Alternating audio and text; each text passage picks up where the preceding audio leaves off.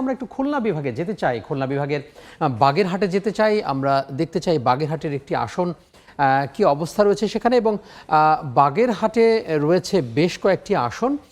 বিশেষ করে বাগেরহাটে আমরা 4 আসনে যেতে চাই, এবং আমরা লক্ষ্য করছি যে বাগেরহাটে 4 আসনটি মোরেলগঞ্জ এবং শরণখোলা উপজেলা, এই 2 উপজেলায় গঠিত বাগেরহাটের 4টি আসন। এবং এই যে বাগেরহাটের যে 4 আসন, এখানে মোট ভোটার রয়েছেন 3,80,679 জন। এর মধ্যে পুরুষ ভোটার রয়েছেন 1,91,812 জন। এছাড়াও নারী ভোটার রয়েছেন 1,88,864 জন।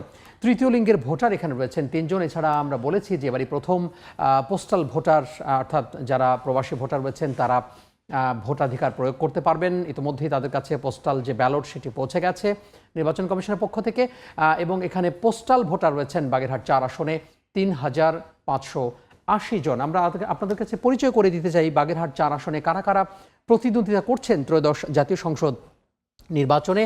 আমরা লক্ষ্য করছি ধানের শীষ প্রতীক নিয়ে যিনি লড়বেন তিনি সোমনাথ দে, তিনি জাতীয়তাবাদী দল বিএনপির হয়ে ধানের শীষ প্রতীকে লড়বেন বাগেরহাট 4 আসনে। এছাড়া বাংলাদেশ জামাত ইসলামী যিনি প্রার্থী রয়েছেন দাড়িপাল্লার প্রতীক নিয়ে যিনি লড়বেন অধ্যক্ষ আব্দুল আলিম। এছাড়া হরিণ প্রতীকের প্রার্থী আমরা দেখতে পাচ্ছি খায়রুজ্জামান শিপন। এছাড়াও অন্যান্য যে সমস্ত প্রার্থীরা রয়েছেন, আমরা ওমর ফারুক ইসলামী আন্দোলনের রয়েছেন, সাজন কুমার মিস্ত্রি তিনি জাতীয় পার্টি জেপির প্রার্থী।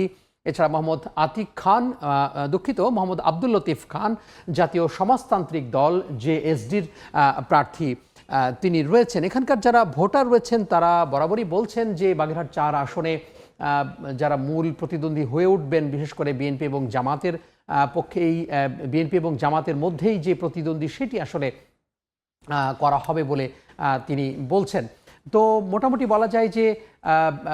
বলা যায় যে এখানে সরাসরি আমরা যুক্ত হতে চাই বাগেরহাট 4 আসনে। আমরা দেখে নেব বাগেরহাট 4 আসনে সহকর্মী আমাদের আলী আকবর টুটুল রয়েছেন সেখানে। আলী আকবর টুটুল, আপনি আমাদের জানাবেন বাগেরহাট 4 আসনে কি কি সমস্যা রয়েছে, ভোটাররা কি ভাবছেন। আজকে 12তম দিনে নিশ্চয়ই গণসংযোগে ব্যস্ত সময় পার করছেন প্রার্থীরা। বাগেরহাট সংসদীয় 4টি যে আসন নিয়ে আসলে কথা বলছিলেন, আমি বলতে চাই যে আসলে সুন্দরবন সংলগ্ন যে 4টি আসনের মধ্যে আসলে বাগেরহাট 4 আসনটি রয়েছে, এবং 4 আসনটি শরণখোলা মোরেলগঞ্জ যে উপজেলা নিয়ে গঠিত। একবার সুন্দরবনের যে লাগোয়া এই আসনটিতে নানান রকমের এবং ভোগান্তি রয়েছে মানুষের, যেমন সিডর আইলা বিধ্বস্ত এলাকায় প্রাকৃতিক দুর্যোগে বারবার এখানে গড়ে ওঠেনি আসলে সেরকম অবকাঠামো, এবং বেড়িবাঁধ এবং সুপি পানির তীব্র সংকট রয়েছে। তবে এই আসনে আসলে মূল প্রতিযোগিতা হচ্ছে, কিন্তু আমরা যদি বলি যে আসলে সমীকরণে আসলে বলা যায় যে আসলে জামাতের সাথে বিএনপি লড়াই হবে। তবে এখানে কিন্তু তারা প্রতিশ্রুতি দিচ্ছেন আসলে যারা আসলে এই আসনে নির্বাচিত হবেন তাদের কাছে একটাই প্রত্যাশা যে আসলে যে ঘূর্ণিঝড় এবং আয়লা বিধ্বস্ত যে আসলে বেড়িবাঁধ এবং নদীবন্ধ এলাকা, এর ফলে কিন্তু আসলে মানুষের দুর্ভোগ আসলে কিন্তু রয়েছে। আমি যদি বলি যে বাংলাদেশের ভিতরে যে বৃহত্তম একটা উপজেলা রয়েছে যে মোরেলগঞ্জ 20টি ইউনিয়ন নিয়ে আসলে গঠিত, এই ইউনিয়নের আসলে আমি যদি বলি যে এই উপজেলার ভিতরে যদি একটা ইউনিয়নে আজ পর্যন্ত আসলে কোনো পিচের রাস্তা নেই এবং যোগাযোগ এমন অনুন্নত অবস্থা, যার ফলে কিন্তু আসলে ভোগান্তিতে পড়ছে এখানকার মানুষ। যার ফলে যে রাস্তাঘাট এবং ব্রিজ কালভার্ট এবং শুকনো পানি এবং লবণাক্ত এলাকার কারণে মানুষ আসলে দীর্ঘদিন যে আসলে ভোগান্তিতে রয়েছে, এই ভোগান্তি লাঘবের জন্য আসলে প্রত্যেকে যারা এই প্রতিশ্রুতি দিতে পারবে এবং এরকম উন্নয়নের করতে পারবে,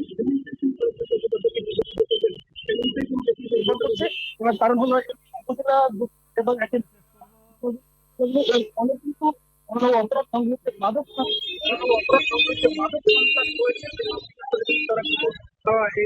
এই আসলে এই পরিস্থিতির মধ্য দিয়ে তারা কিন্তু আরেক উন্নয়ন চায়, এমনটাই কিন্তু প্রত্যাশা করছে এখানকার ভোটাররা। এই ছিল আমার কাছে বাগেরহাটের 4 আসন নিয়ে সবশেষ। টুটুল, আপনাকে ধন্যবাদ আমাদের সাথে যুক্ত হওয়ার জন্য। সহকর্মী আলী আকবর টুটুল যুক্ত হয়েছিলেন বাগেরহাট 4 আসন থেকে।